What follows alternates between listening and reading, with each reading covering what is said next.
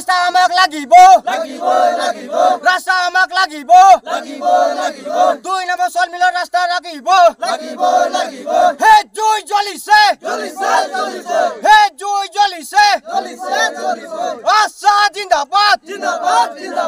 আমচু জিন্দাবাদ শোণিতপুৰ জিলাৰ অন্তৰ্গত ঢেকিয়াজুলি ৰাজচক্ৰ এলেকাৰ 2 নং সন্মিলন গাঁৱৰ বিধ্বস্ত পথ নিৰ্মাণৰ দাবীত আদিবাসী ছাত্ৰ সন্থাৰ উদ্যোগত তীব্ৰ প্ৰতিবাদ সাব্যস্ত কৰে। উল্লেখ্য যে ঢেকিয়াজুলি ৰাজচক্ৰ এলেকাৰ 2 নং সন্মিলন গাঁৱৰ ৰাইজৰ যাতায়াতৰ পথছোৱা বিগত বহুদিনৰ পৰাই বিধ্বস্ত হৈ আছে।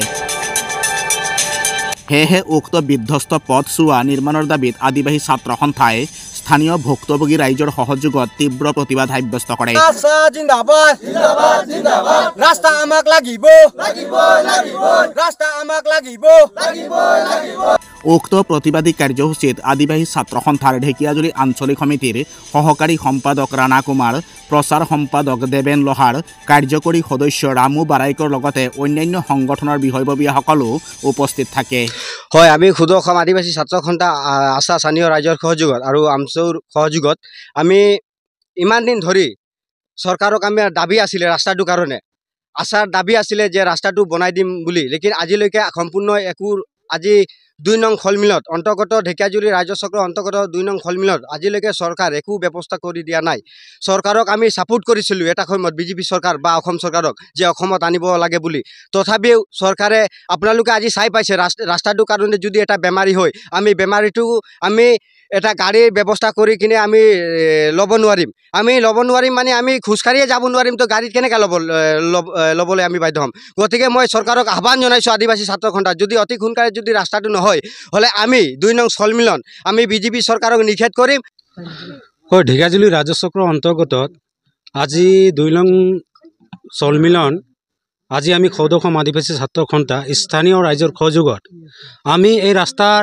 ৰাইজে বহুত দিনলৈকে এই ৰাস্তাৰ নিৰ্মাণৰ কামৰ কাৰণে বহুত দিন ধৰি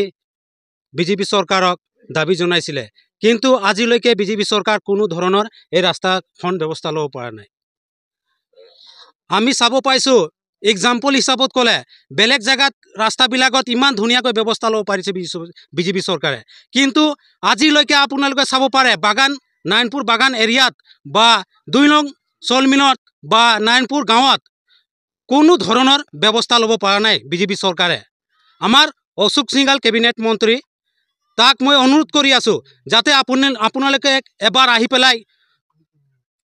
ৰাস্তাবিলাক চাওক কেনেকুৱা হৈছে কেনেকুৱা নাই। সেইটো কাৰণে মই অশোক সিংঘাল ডাঙৰীয়াক অনুৰোধ কৰোঁ যে এইখন ৰাস্তা অতি সোনকালে লোৱাৰ কাৰণে ব্যৱস্থা লওক, নহ'লে 2025 চনত